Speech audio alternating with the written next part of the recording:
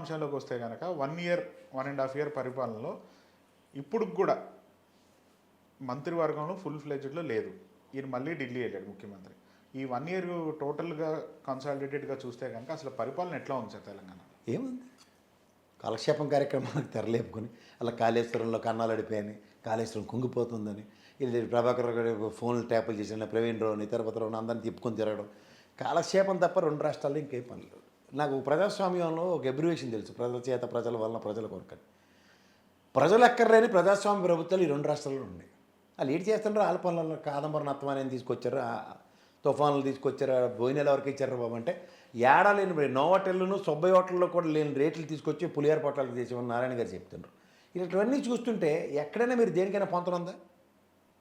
ఎక్కడైనా అసలు ఏంటిది గవర్నెన్స్, లా అండ్ ఆర్డర్ ఇవి ఎక్కడైనా మీకు ఎక్కడ కనబడుతున్నాయి? ఇక్కడ ఇంకా నయం తెలంగాణలో.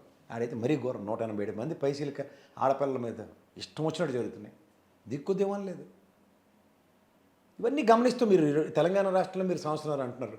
కాంగ్రెస్లో ఢిల్లీ అధిష్టానానికి చెప్పకుండా ఏ పనైనా చేసినా ఒక ఉదంతం చెప్పండి. ఒక్క మహానుభావుడు రాజశేఖర రెడ్డి గారికి వెళ్ళింది. ఇది లిస్టు పీచిజూత్ జయరాం రమేష్కి, దిగ్విజయ్ సింగ్కి ఛాలెంజ్ ఇవ్వగలిగిన నేపథ్యం ఆయన ఒకటికే ఉండేది. వీళ్ళందరూ అంతా ఆయన రాహుల్ గాంధీ గారిని కలుస్తున్నాడు సార్ రెగ్యులర్గా, లేకపోతే రేవంత్ రెడ్డి గారు ముఖ్యమంత్రి? ఆయనతో ఏం పని ఉంటుంది, వాళ్ళకి ఏసీసీ ఇది ఉంటుంది కదా, వాళ్ళతోనే కలుస్తారు, వాళ్ళే డెసిషన్ ఇస్తారు. ఖర్గే గారు ఉన్నారు కదా, ఖర్గే గారిని రెగ్యులర్గా కలుస్తున్నారు, డైరెక్షన్స్ ఉన్నాయి. వాళ్ళకి చాలా లిమిటెడ్గా ఉన్న చీఫ్ మినిస్టర్స్లో అన్లిమిటెడ్ చీఫ్ మినిస్టర్ మన రేవంత్ రెడ్డి గారే. చీఫ్ మినిస్టర్ ఏమైనా మార్చే ఆలోచన ఉందా సార్ ఇప్పట్లో? 2 ఇయర్స్ వేర్ మినిమం, ఎందుకంటే సంవత్సరం అనుకున్నాం, 2 ఇయర్స్ ఎక్స్టెండ్ అయింది. ఇంకోళ్ళు ఎవరికి పట్టుమని వెనకాల 10 మంది లేరండి. ఇప్పుడున్న హైపోథికల్ ఈక్వేషన్లో రేవంత్ రెడ్డి గారు కాకుండా అంత సామర్థ్యం ఉన్న వాళ్ళు ఇంకో అంత ఎబిలిటీ ఉన్నారు. ఎందుకంటే ఉత్తమ్ కుమార్ రెడ్డిని, కోమటిరెడ్డి బ్రదర్స్ని సోనియా గాంధీ గారు సచ్చినా రిలైజ్ చేయరు. సో అలాంటప్పుడు ఆప్షన్లెస్ సిచ్యువేషన్ కాంగ్రెస్ డ్రైవ్ అవుతుంది. రెండోది, బట్టి విక్రమార్క గారికి అంత సామర్థ్యం ఉన్నా ఆయన వీర విధేయుడు ఆ పార్టీకి. రాజశేఖర రెడ్డి గారి అనున్యుడు plus is a strong loyalist Congress. ఆ అధిష్టాన నిర్ణయాన్ని ఉంచి డీవేట్. ఎందుకు ఏం లాభం? రేవంత్ రెడ్డి గారు ముందు వెళ్తారు ఢిల్లీ, వెనకాల మా బట్టాన్ని వెనక్కి వెళ్ళింది, ఏ పని రేవంత్ రెడ్డి గారికి కూడా అవ్వదు. మీరు కాబట్టి చూసుకోండి. ఈ 2 కూడా ఎప్పుడు ఫిల్ చేసే అవకాశం ఉందంటారు సార్? ఏ 2 మినిస్ట్రీస్? నాకైతే దగ్గరలో ఏం లేదు. అంటే పోస్ట్పోన్మెంట్ ఆఫ్ ఎందుకు జరుగుతుంది? అది జరుగుతుంది, ఇది చాలా టెంపరీ. ఇయర్ పడుతుందా సార్ ఒక మంత్రివర్గం ఫిల్ చేయడానికి? ఎన్నో ఉన్నాయి సార్, ఆయన దగ్గరే ఉన్నాయి. మొన్న ఒక ఇండైరెక్ట్ ఫెయిలర్ ఇచ్చాడు, నా దగ్గరవే ఇస్తున్నాను నేను.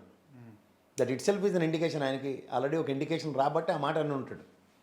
కానీ దాన్ని ఇవ్వనివ్వకుండా నిరోధించారంటే కొత్త మంత్రివర్గం దగ్గరలో ఉందని అర్థం. కొత్త మంత్రివర్గం ఎప్పుడు వస్తుంది? ముఖ్యమంత్రి మారినప్పుడే కదా.